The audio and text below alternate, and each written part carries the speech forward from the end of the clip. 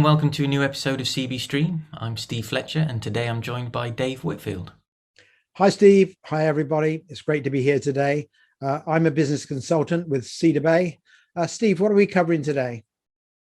The topic in focus today will be advanced fulfillment. Okay, advanced fulfillment. I'm aware of order fulfillment, covering picking, packing, and shipping. So why is this advanced? That's a good question, Dave. It's advanced in the sense that we're using technology to make the processes error-free and efficient as possible. It's true to say we've all seen some very efficient manual processes over the years, but of course the challenge there is you do lose control of your inventory, and that can be a really difficult problem to unwind. Yeah, I know.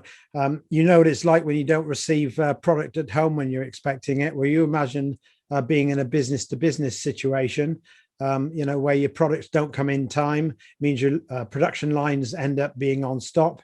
And then you're getting heavy fines from your customers because you're not making the deliveries on time.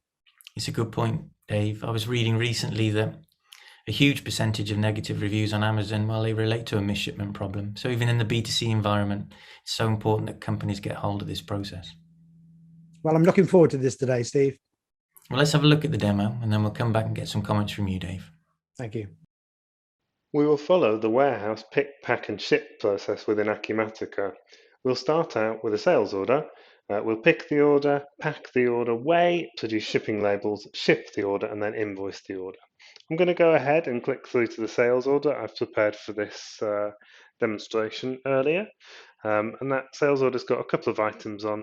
And once it loads, I'll go ahead and use the quick order process to produce the shipment and associate the items and print a pick list. That pick list will automatically print out on my desk in the printer I'm using for this demo, and then we'll be able to go ahead and use the picking process. So the system is producing the shipment at the minute and creating the documents. So while we wait for the pick list to be printed, I'll go ahead and click through to the pick process from the process flow. So now I have my pick list, we can go ahead and start the picking process. The first thing the system's asking for is the shipment number, so I'll scan the shipment number from the pick list. And as you can see, the items from the sales order are on my pick list on the monitor. I'm going to go ahead and scan my items. So I've got my coconut milk here, so I'll scan the barcode on there. The system will register that, and you can see it's turned green, marked as picked. And then I'll pick the notebook on my order, scanning the barcode on there. And again, that's been marked as picked. So now we'll go through and use the packing process in the system. So first of all, in packing, I'm going to scan a box that I'm going to pack into. I'll scan the barcode on my box there. I'm going to just pop that on my scales quickly. And I'm going to scan the items that I put into the box. So coconut milk will go in this box. Let me close that up. And that box is full now, so I'll tell the system that box is full. And then move on to the next box. And you can see the weight captured from the scales onto the display here of 470 grams or 0.472 kilos. Pack my second item, so I'll get my second box and scan the box.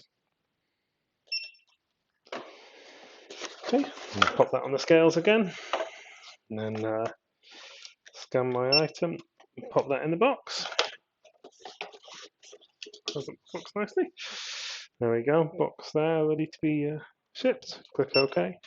And that's telling the system that I've packed both of my items now, and that allows me to go through to the shipping process. So the system's now communicating with our shipping carriers over the internet to get shipping quotations from their shipping carriers, and we're using UPS Ground today. And I'm going to confirm that shipment. So we've packed and we're comfortable with the shipment, so I'll tell the system I've confirmed the shipment.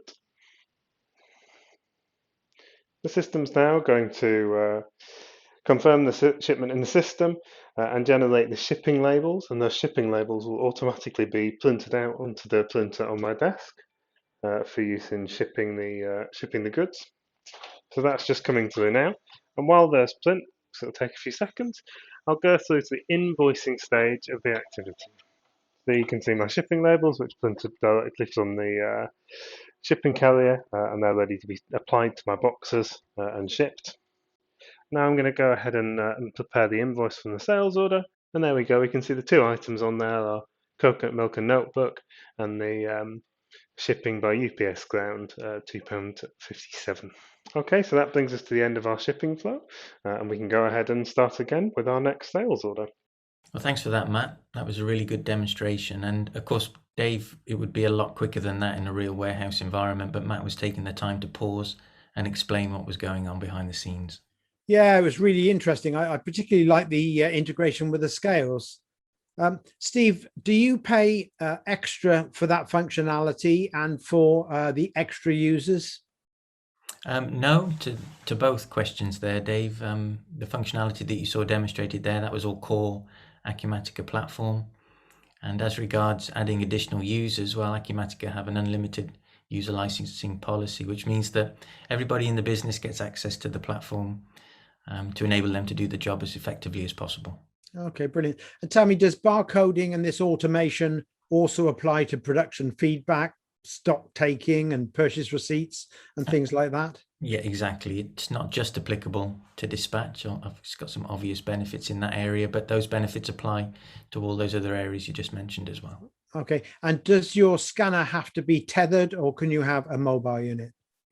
No, mobile units are very popular. We've got many clients that like to facilitate their mobile workforce with scanners that work on Wi-Fi, so that's absolutely a possibility. You can also have them tethered to fixed workstations if the process supports that a little bit better. So there's plenty of options in that regard.